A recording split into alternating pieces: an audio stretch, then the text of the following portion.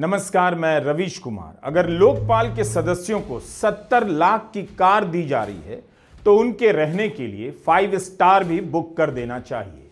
संस्थाओं की नैतिकता को इस तरह से खत्म कर ही देना चाहिए कि कुछ साल बाद भारत की संस्थाएं खटारा कारों की गराज की तरह नजर आए।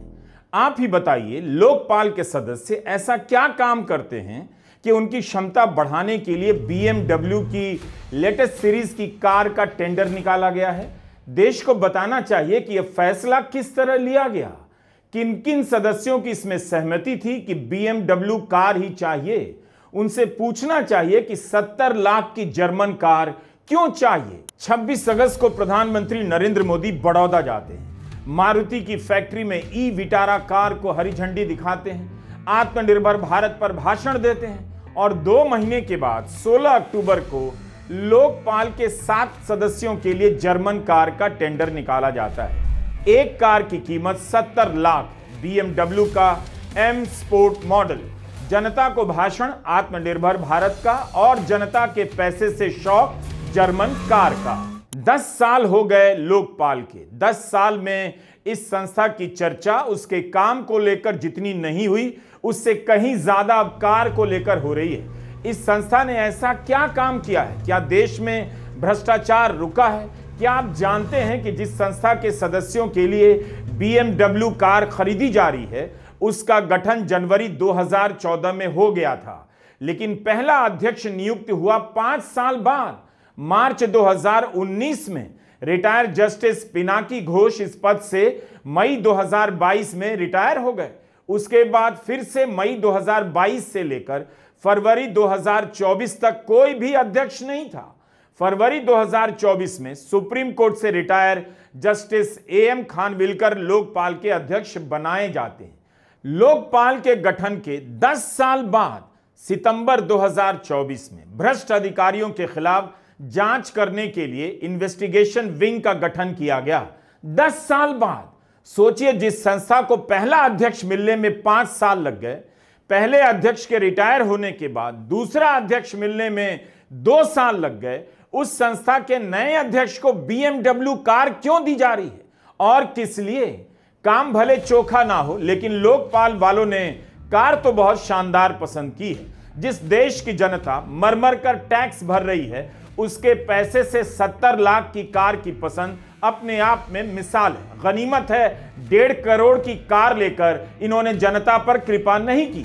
थोड़ी देर के लिए राष्ट्रवाद को अलग कीजिए, प्रैक्टिकल नजर से एक सवाल पूछिए कि भारत की कौन सी कार कंपनी इसका मुकाबला कर लेगी, किसके पास इसकी इंजीनियरिंग का तोड़ है और क्लास है। इस सेगमेंट की सबसे लंबी और सबसे ज्यादा जगह वाली गाड़ी मानी जाती है। पीछे लेग रूम और हेड रूम काफी ज्यादा है, कैबिन भी काफी आरामदायक है। इसमें अडेप्टिव LED हेडलाइट है, अंधेरे में और भी तेज हो जाती है। 3D लुक की लाइटें हैं। आप BMW कार के पास जाते हैं, अपने आप लॉक खुल जाता है, चाबी नहीं लगती, डिजिटल चाबी है। आप अपने फोन से कार का दरवाजा खोल सकते हैं। छोड़िए चिंता कि लोकपाल के लिए इस कार का चुनाव नैतिक करप्शन है या गरीब देश के जनधन की लूट है। छोड़िए ये सब। इस कार की बनावट और सजावट की कल्पना से लोकपाल के नीरस भवन में सपनों का सैलाब आ जाता होगा। यह कार अलग अलग कॉर्नर से एंट्री तो ऐसे मार रही है इस वीडियो में, जैसे लोकपाल को देखकर भारत के सारे घूसखोर खंभों के पीछे छुप गए हैं। कार का कंट्रोल और भारत में पावर का कंट्रोल दोनों गजब है। Hey, BMW, what can you do for me? I can control various functions for you. इसी कंट्रोल का नतीजा है कि देश की जनता सामने से ध्वस्त होती नैतिकताओं और संस्थाओं को न देख पाती है न समझ पाती है। उसकी बुद्धि इतनी गुलाम सी बना दी गई है धर्म के नाम पर कि जिस पटाखे से उसके फेफड़े में कैंसर भर रहा है, उसका भी समर्थन करने लग जाती है। मुमकिन है इस देश की जनता इसी बात पर फिदा हो जाए कि लोकपाल वालों ने कार तो बढ़िया पसंद की है। इस वक्त लोकपाल के 7 सदस्य हैं। सभी न्यायपालिका से रिटायर होकर नहीं आए हैं, लेकिन चेयरपर्सन सहित 4 सदस्य न्यायपालिका से आते हैं। जजों के पास हाई कोर्ट या सुप्रीम कोर्ट में 20 से 40 लाख तक की सरकारी कारें होती हैं, वो भी अच्छी होती हैं और इन्हीं कंपनियों की होती हैं जिन्हें आप BMW, टोयोटा या अन्य दूसरे बड़े ब्रांड के नाम से जानते हैं। कुछ मीडिया रिपोर्ट में सूत्रों के हवाले से खबर छपी है कि जजों के मामले में इससे भी बड़ी गाड़ियों की मंजूरी दी गई है। जजों को जितना सपोर्ट मिलना चाहिए उतना तो कम है, लेकिन रिटायरमेंट के बाद लोकपाल के सदस्य के रूप में 70 लाख की कार का तुक समझ नहीं आ रहा। लोकपाल के 2 सदस्य पूर्व आईएएस हैं और 1 सदस्य पूर्व में आईआरएस रह चुके हैं। जाहिर है इनकी सेवा के टॉप बॉस भी बीएमडब्ल्यू से नहीं चलते होंगे। एक खबर आपने देखी होगी, सरकारी बैंकों में जो जनधन खाते खोले गए उनमें से 26% बंद हैं। उस देश में जहां गरीब आदमी अपना खाता नहीं चला पा रहा, वहां पर अपनी अपनी सेवाओं से रिटायर हुए लोगों के लिए 70 लाख की कार का टेंडर निकाला जा रहा है। यह जनधन की लूट नहीं तो और क्या है। सरकार को टैक्स देने वाली जनता इस हाल में त्योहारों में घर जा रही है। सोशल मीडिया में ट्रेनों के भीतर का वीडियो भरा हुआ है। लोग शौचालय में सफर कर रहे हैं और जो बोगी में हैं वह शौचालय तक नहीं पहुंच पा रहे हैं। इतनी भीड़ है, लेकिन लोकपाल को 70 लाख की बीएमडब्ल्यू की लेटेस्ट मॉडल वाली कार चाहिए। लोकपाल के 7 सदस्यों के लिए बीएमडब्ल्यू की नई सीरीज का टेंडर साधारण मामला नहीं है। सबसे पहले तो पता चलता है कि प्रधानमंत्री को प्रधान सेवक की तरह स्थापित करने का नाटक बहुत पहले खत्म हो चुका है। उसकी जगह सुविधाओं के सेवन का दौर चल रहा है। कार्मिक विभाग प्रधानमंत्री के अंतर्गत आता है। इस साल लोकपाल के बजट में 1/3 यानी 34% की कटौती कर दी गई। वित्त वर्ष 2024 में 67 करोड़ रुपए दिए गए, लेकिन 2025 के बजट में 44 करोड़ से कुछ अधिक का बजट आवंटित किया गया। कार का बजट देखकर नहीं लगता कि लोकपाल को इस बात से फर्क पड़ा है कि केंद्र सरकार ने उसका बजट इतना कम कर दिया। जितेंद्र सिंह इसके राज्य मंत्री हैं, कार्मिक विभाग के 2014 से ही हैं। राज्य मंत्री के रूप में उनके पास 6 मंत्रालय हैं। जैसी कमाल की इंजीनियरिंग बीएमडब्ल्यू की, उसी तरह कमाल की राजनीतिक इंजीनियरिंग रही होगी जितेंद्र सिंह की। एक ही मंत्रालय में 10 साल से मौजूद हैं। कभी इनके काम का विश्लेषण किसी ने नहीं किया। बस एक खबर हाल में नजर आई कि 3 महीने से भारत के वित्त मंत्रालय में कोई वित्त सचिव नहीं है।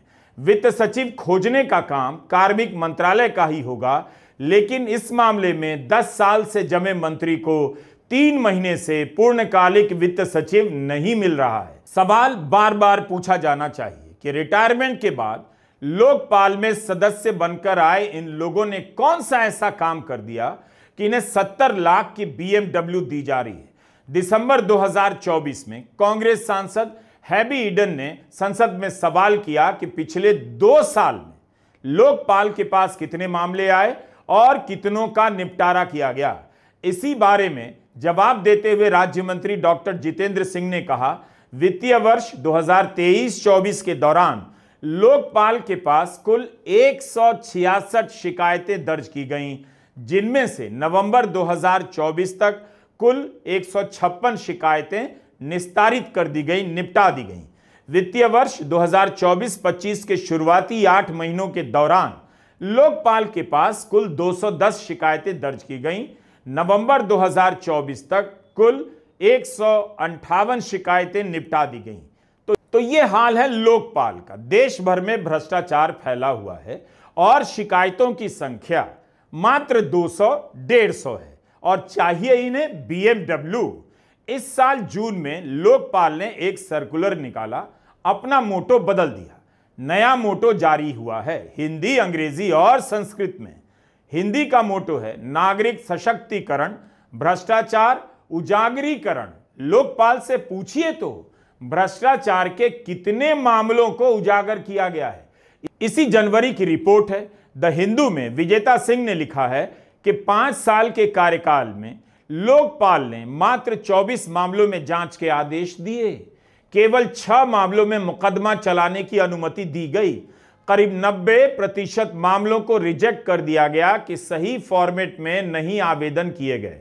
यह है उस लोकपाल का हिसाब किताब जिसके सदस्यों को 70 लाख की कार चाहिए।